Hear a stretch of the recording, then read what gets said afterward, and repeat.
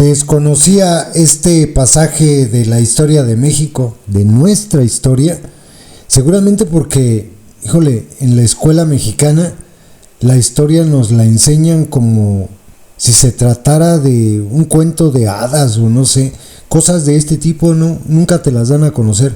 Pero fíjense, hoy el magistrado Juan Olvera habló sobre un instante en la historia donde Victoriano Huerta trató de desaparecer al poder legislativo. Yo no lo sabía, no sé ustedes. Y dice que afortunadamente el otro poder, en este caso el Poder Judicial, logró detener esta barbaridad. ¿Qué era lo que pretendía Victoriano Huerta? Pues bueno, el control de todo el poder. Igual que como está haciendo hoy la palurda y que empezó esta acción infame con el gusano. Entonces el magistrado Olvera compara a la palurda Lady Rebsamen y al gusano, porque pues fue entre los dos, repito, con Victoriano Huerta, y fíjense que poniéndose a pensar las cosas, pues no está tan lejos de la realidad. Ahora ocurre con otro poder, y ahora lo malo del caso es que el poder legislativo no está apoyando al poder judicial, sino que está sumado por esta mayoría espuria que obtuvieron al ejecutivo, a la palurda y al gusano para desaparecer al poder judicial. Es un pasaje interesante de la historia, muy interesante. Esto lo dijeron después de que Lady Rebsamen el día de ayer pronunció en su discurso de autofestejo, autocelebración por los 100 días de su asqueroso gobierno, y en el que vuelve a repetir que como si fuera un éxito, ¿no? Y su arenga, esta forma de cambiar la entonación con su voz estúpida, y vamos a desaparecer al poder judicial, y toda la bola de aplaudidores, ¡bravo! Entonces los magistrados pues hoy hablaron de esto. Interesante, escuchen, y sí, me parece que no se van de la realidad, no se escapan de ella, sí se parece. Y Lady Rebsamen está jugando el papel del Victoriano Huerta en la transformación de Cuarta. Adoctrinados, no van a decir que no, se trata de lo mismo, la cooptación de un poder sobre los demás. Eso quiso hacer Victoriano Huerta. ¿A poco no está haciendo lo mismo la palurda y no intentó hacer lo mismo, o empezó con esto el gusano? Es cierto que resulta un hecho histórico. El día de ayer en relación con esto, la presidenta de México, con motivo de sus primeros 100 días de gobierno, se congratuló con la reforma judicial. A ver si podemos ver esta parte de este evento ocurrió en el Zócalo de Ciudad de México el día de ayer.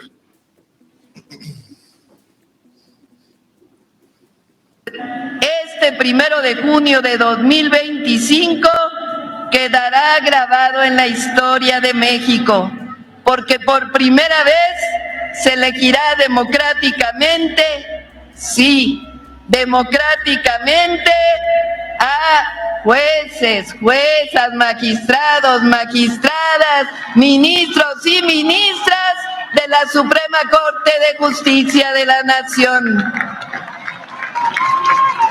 Que no haya dudas, el Poder Judicial será autónomo.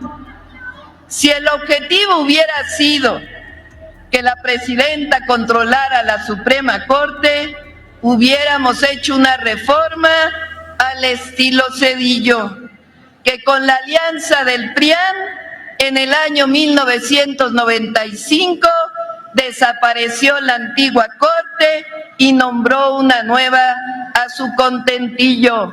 No, eso sí era autoritarismo. Nosotros somos demócratas y lo que queremos es que se termine la corrupción en el Poder Judicial.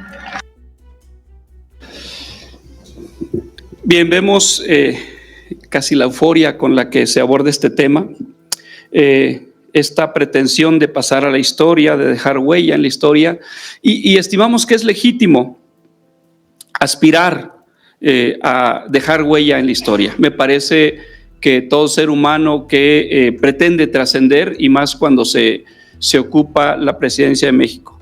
Pero la presidenta de México ya hizo historia, es la primera mujer que ocupa este alto sitial en la historia de México. Es legítimo, es bien ganado, ¿no? Y hay que aplaudirlo. Sin embargo, no siempre se pasa la historia para bien.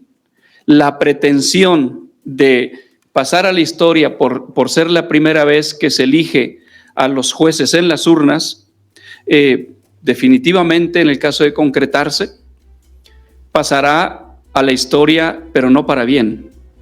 No será la primera vez que esto ocurre. Y el primer precedente que tenemos claramente, al menos, no es precisamente favorable. Recordarán ustedes que hace ya 100 años, en 1913, Victoriano Huerta diluyó al poder legislativo. Un poder desapareció a otro poder. Y por la intervención prudente del Poder Judicial, se pudo contener finalmente ese abuso, y otra serie de factores llevaron al derrocamiento de Victoriano Huerta.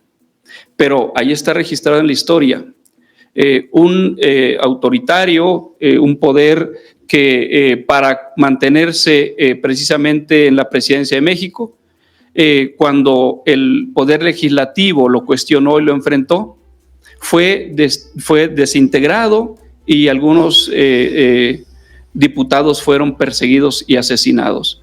Ahí está un hecho lamentable de la historia.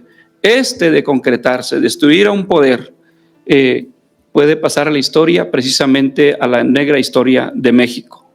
Me parece que hay que cuidar los motivos que pueden llevar a una presidencia a pretender dejar huella en la historia, porque se puede correr el riesgo de que termine siendo emulada con los peores momentos de la historia, aquellos a los que se dice, de los que se dice apartarse, y que cada vez se parecen más con estas pretensiones. También dice que hace 30 años, cuando vino la reforma judicial de 1994, que entró en funciones en estos días de enero del año 95, es reprochable que el presidente entonces hubiera desintegrado a la Corte, la hubiera renovado, y que el mecanismo para renovarla haya sido la designación por parte de la presidencia. Que hoy se ha tomado un camino más democrático, como es incorporar a la ciudadanía en la elección de los juzgadores. Hay una grave inconsistencia, incongruencia en esta postura. En su momento se destacó, se advirtió, se estimaba que había corrupción en la integración de la Suprema Corte. Se decidió precisamente buscar el remedio para ese problema. Se renovó a la Suprema Corte, en efecto, como lo ha dicho la presidenta de México, pero se focalizó el problema, se atendió el problema allí donde estaba el problema. Hoy es claro que la pretensión de esta renovación surge de tener la misma convicción de hace 30 años. El grupo político en el poder estima que en la Suprema Corte hay corrupción, ya lo hemos dicho, sin fundamento, con afirmaciones genéricas, con un infundio repetido 1000 veces, y que ha logrado consolidar como una idea cierta. En la Suprema Corte hay corrupción. Y de ahí, también de manera generalizante, se pasa hacia todos los jueces. Bien, si se advierte, si se estima que ahí está el problema otra vez, como hace 30 años, pues lo congruente es resolver el problema allí donde está. Pero de allí, y sin ningún fundamento, se pasa a renovar a todo el Poder Judicial en México, los jueces federales y los jueces estatales. De un problema focalizado que estiman como la causa de esta intervención del Ejecutivo, se pasa a una pretendida solución generalizada. Destituir a los más de 7,000 jueces que integran los poderes judiciales en México es una verdadera incongruencia entre la supuesta causa y los efectos que pretenden lograr. ¿Qué nos obliga a concluir? Pues que definitivamente las pretensiones son otras. Es, como lo estamos viendo, colonizar a uno de los poderes, al poder que no se ha plegado al ejercicio autoritario que está realizando el Ejecutivo. la función es de servir de contención, cumple con su deber y el mecanismo elegido es, entonces hay que desmontar al Poder Judicial, tal como lo hizo Victoriano Huerta hace 100 años.